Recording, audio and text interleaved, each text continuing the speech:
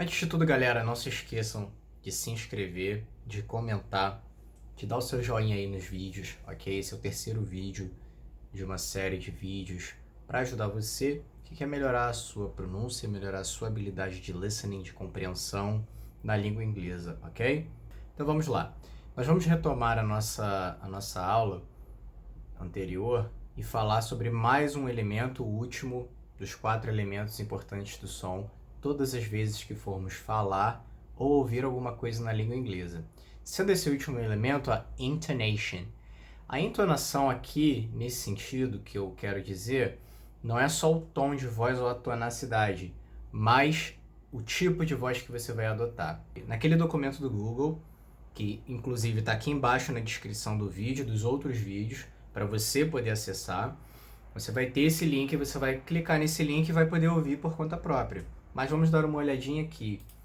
Hello everyone, my name is Kate Lo. 저야 My name is Marco, I'm from Italy. 이이르라고 합니다. I'm from Spain. 카페. 카페. Supermarket. Supermarket is big market and mart is the small one. 슈퍼마켓, 마트? 마트가 조금 더 큰 느낌 아닌가요? スーパーマーケットに行きます。 Supermarket, or we can just say market. In Russian, supermarket. In Bengali, it will be bazaar, or in Hindi, it will be bazaar. But the bazaar is so bizarre. Supermercato. Usually mercato it's something open air. 超市 슈퍼는 차의 뜻이고 시는 마켓 뜻이라고. Supermercado. Supermarkt. You can also say Lebensmittelladen. Lebensmittelladen is like food mart, but that's very long and difficult, so no one says that. Supermarket, we call it shield to eat. McDonald's. Então, como vocês puderam ver no supermarket, no supermarket, olha a diferença entre supermarket para supermercado. A minha voz teve que mudar um pouquinho para chegar na entonação do inglês. E é isso, o inglês ele tem essa tendência a ser um pouco mais grave. Então as línguas que falam com a voz um pouco mais grave, elas se aproximam muito mais facilmente da língua inglesa. Se você perceber o italiano falando, por exemplo, a voz dele tem que ser um pouco mais aguda, né? E se você perceber a japonesa falando, ela tem a voz bem aguda, acho que é a voz mais aguda que tem aqui. Mas isso é uma tendência, não que todos os japoneses e todos os italianos tenham suas vozes agudas, mas é uma tendência da língua, é uma tendência do som que a língua faz. Então, quando você ouve o americano falar, esse cara não tem a voz grave, mas a voz da língua, né, tende a falar um pouco mais grave. Então ele fala assim, big market, supermarket, more. Quando você desce o R, tem essa descida na sua voz. Esse R, muita gente tem dificuldade de pronunciar, então falaria Americans, tremendo assim. Vai dificultar o entendimento da pessoa com quem você estiver falando? Não necessariamente, isso aí já seria um sotaque. Mas para você ouvir esse som, né, se você estiver acostumado a falar Americans, quando alguém fala Americans, você vai ter dificuldade de reconhecer esse som, porque o seu cérebro meio que tá esperando aquele R. Às vezes você faz esse R sem saber, às vezes você consegue identificar esse R de maneira muito clara, mas não percebe que está fazendo esse R. Vai influenciar?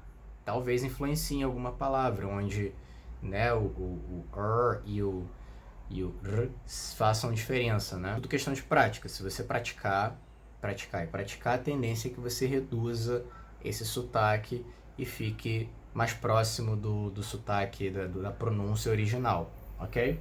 E para mostrar como que dentro da mesma língua essa questão da voz pode mudar a entonação, eu vou colocar 3 pessoas falantes nativos de inglês, como está aqui, americano, australiano e um escocês, falando num talk show. Uma parte onde os próprios falantes nativos dizem que não estão entendendo o que o cara ali escocês está falando. O escocês é esse rapaz aqui, da sua direita.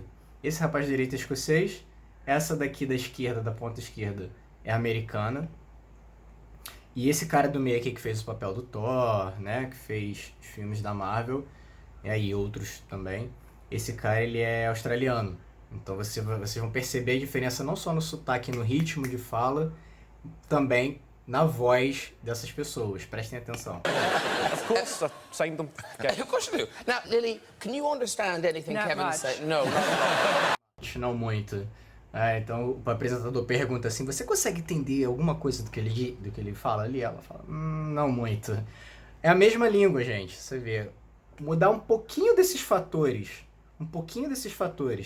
de ritmo de fala, de entonação da voz e da pronúncia faz toda a diferença.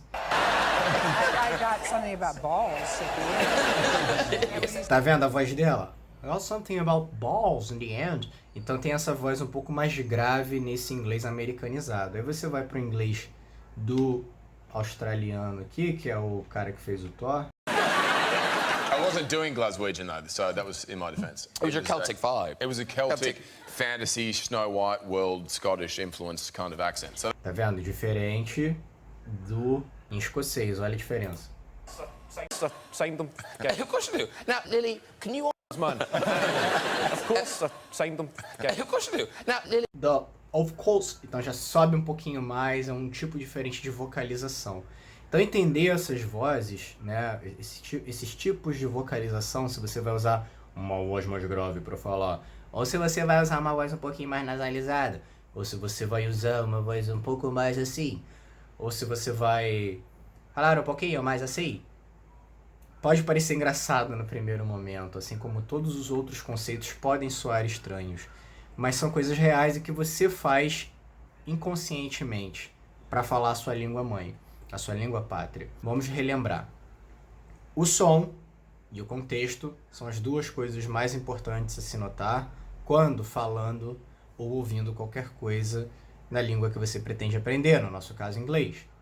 Dos 4 elementos, né, que compõem o som, nós temos pacing, ritmo, pitching, que é o estresse, entonação forte nas palavras chave, nos elementos chave. 3, a pronunciation, terceiro, a pronúncia, né, que são os sons corretos de cada palavra e de cada letra. E por último, a entonação, que é a voz correta, que nos ajuda a articular todas essas outras 3 coisas de maneira um pouco mais fácil, ok? Saber essas 4 faz toda a diferença, beleza? Na próxima aula, na nossa próxima sessão, nós vamos falar de shadowing.